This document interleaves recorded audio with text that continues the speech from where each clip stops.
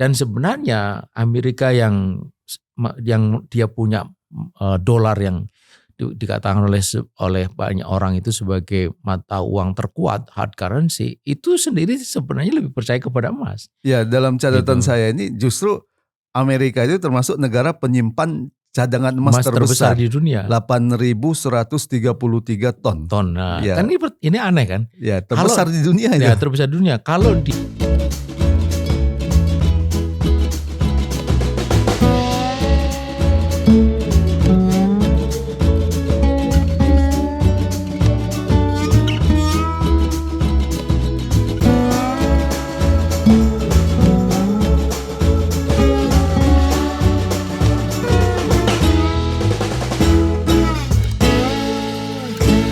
Bismillahirrahmanirrahim. Assalamualaikum warahmatullahi wabarakatuh.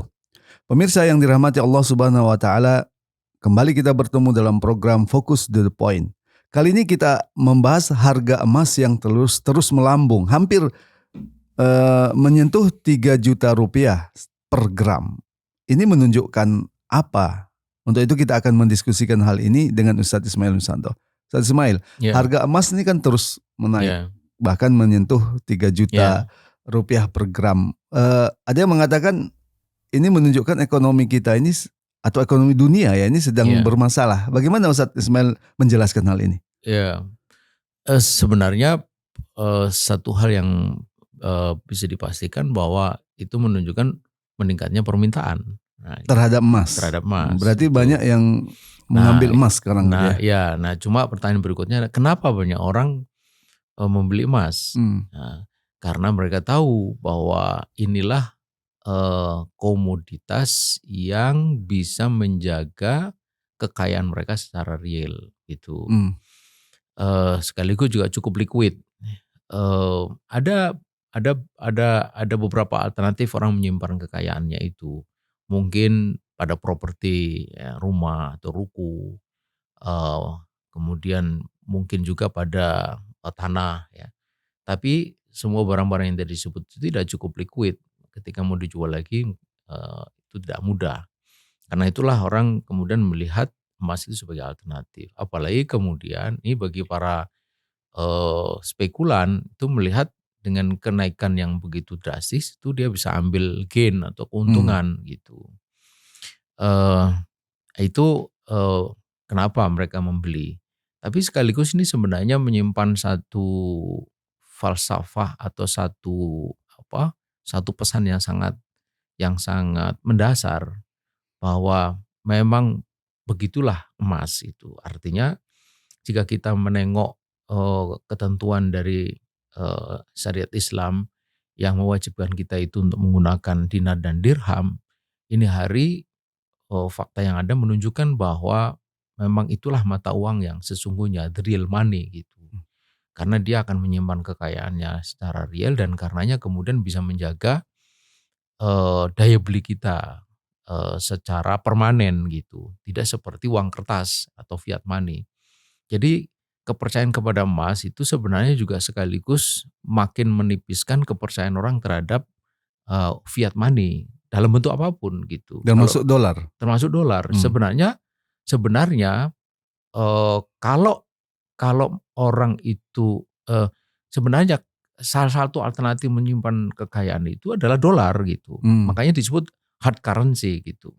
Tapi sebenarnya yang sekarang orang jadi tahu bahwa yang betul-betul hard itu mata uang yang keras itu adalah ya the real money emas itu gitu. Ya kenapa emas itu disebut the real money atau dia membuat lebih stabil gitu? Ya, karena dia sebagai barang dia itu berharga bukan oleh faktor lain, bukan oleh sesuatu yang di luar dirinya, tapi dia berharga karena dirinya. Sementara kalau uang kertas, uang kita, begitupun dolar, itu dia berharga itu kan karena dia disebut uang. Kapan dia disebut uang? Karena ada yang disebut legal tender. Nilai berharga itu dari mana? Iya karena dia disebut uang.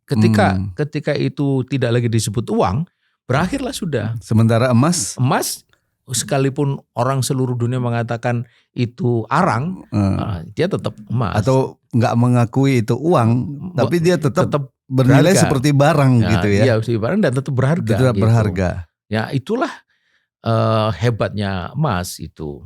Dan sebenarnya Amerika yang dia punya dolar yang dikatakan oleh banyak orang itu sebagai mata uang terkuat, hard currency, itu sendiri sebenarnya lebih percaya kepada emas. Ya, dalam catatan Gitu. saya ini justru Amerika itu termasuk negara penyimpan cadangan emas terbesar di dunia. 8.133 ton. Nah, Ya. kan ini aneh kan? Ya, terbesar di dunia itu. Ya, terbesar di dunia. Kalau dia itu percaya bahwa dolar itu paling kuat, kenapa dia nyimpen emas paling banyak? Itu kan sebenarnya tahu bahwa dolar itu sekarang menjadi mata uang paling kuat karena dia punya kekuatan dan kekuatan militer, kekuatan politik. Karena itu dia bisa jaga itu kekuatan mata uangnya. Tapi kekuatan politik, kekuatan militer itu kan tidak selama-lamanya gitu. Suatu hari bisa aja dia runtuh. Ketika dia runtuh akan runtuh pula kekuatan mata uangnya itu gitu. Ketika runtuh mata keuangannya, berakhirlah kekuasaan atau kekuatan ekonominya gitu. Tapi pertanyaannya gini Ustaz Ismail.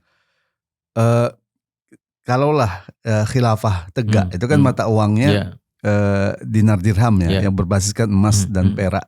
Sementara yang memiliki cadangan emas terbesar justru Amerika. Apakah ini maksudnya kan Amerika tetap unggul dari segi cadangan emas kalau begitu? Itu tak terhindarkan. Tetapi kan kita tahu bahwa sebenarnya kalau dunia Islam bersatu, cadangan emas di dunia Islam itu cukup banyak gitu. Dan mereka tahu justru kenapa Amerika itu dulu mendukung Indonesia untuk mengambil Irian, karena dia tahu di Irian itu ada sumber mineral emas yang sangat besar gitu. Dan mereka tak hendak itu melepaskan. Itu baru dari satu pulau. Bayang nggak kalau kemudian pulau-pulau yang lain atau tempat lain juga didapatkan emas itu. Ya, itu terkait dengan cadangan yang mungkin bisa dikejar lah cadangan itu oleh dunia Islam gitu. Berikutnya dalam proses tukar menukar atau perdagangan internasional lah, di mana letak keadilan ketika mata uang itu berbasiskan pada emas? Yang pertama adalah bahwa daya beli, ini soal daya beli itu terjaga gitu. Karena ketika harga barang-barang naik, harga emas ikut naik gitu. Sementara dengan uang kertas kita, ketika harga barang-barang naik, itu yang disebut dengan inflasi, kemampuan beli uang kita itu terus menurun gitu. Itulah ketidakadilan yang sangat mencolok gitu. Yang membuat akhirnya kita itu terus mengalami proses pemiskinannya, akhirnya kemudian betul-betul bisa menjadi miskin. Gitu. Karenanya lah maka ini persoalan tidak pernah berhenti, tuntutan naik gaji gitu. Kenapa? Karena dia selalu kurang gitu. Kenapa selalu kurang? Karena harga barang-barang naik, ada inflasi gitu. Masih bagus kalau diberi kenaikan gaji, kenaikan upah. Tapi kalau tidak bagaimana gitu.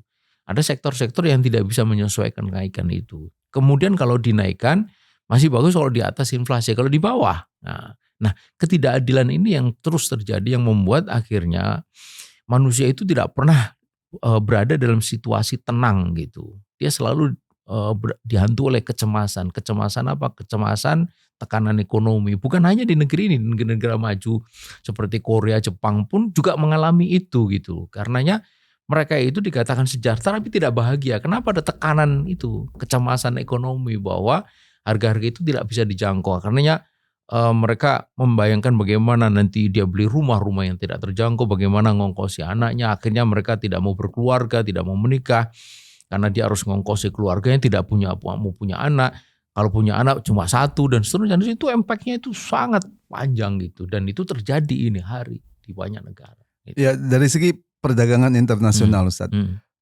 ketika rezim dunia sekarang didasarkan pada dolar, banyak yang menyatakan ini suatu bentuk ketidakadilan. Sementara kalau perdagangan internasional menggunakan sebutlah mata uang emas, itu akan berkeadilan bagi semuanya. Bagaimana kita menjelaskan ini? Berkeadilan ke semuanya karena itu pilihan terbuka gitu.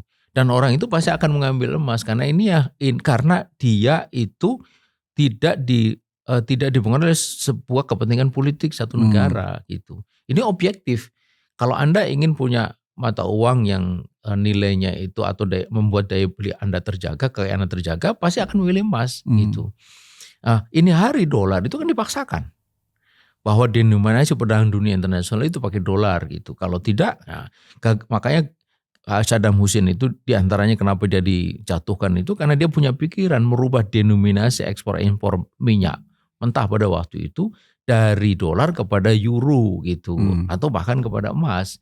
Amerika tidak suka. So kalau itu dituruti, dolar itu akan kehilangan pasar katakanlah. Itu miliaran dolar per hari gitu, dan itu akan mengancam kekuatan dolar di dalam pasar uang internasional gitu. Nah, itu sebagai contoh gitu. Baik, Ustaz Ismail, terima kasih. Pemirsa, demikian tadi perbincangan kita dengan naiknya harga emas. Ini menunjukkan kondisi ekonomi dunia yang tidak baik-baik saja. Disitulah sangat relevan kenapa Islam, dalam hal ini sistem khilafah ala minhajin nubuwah, itu kemudian mewajibkan mata uang berdasarkan dinar dan dirham yang berbasiskan pada emas. Semoga bermanfaat. Assalamualaikum warahmatullahi wabarakatuh. Waalaikumsalam warahmatullahi wabarakatuh.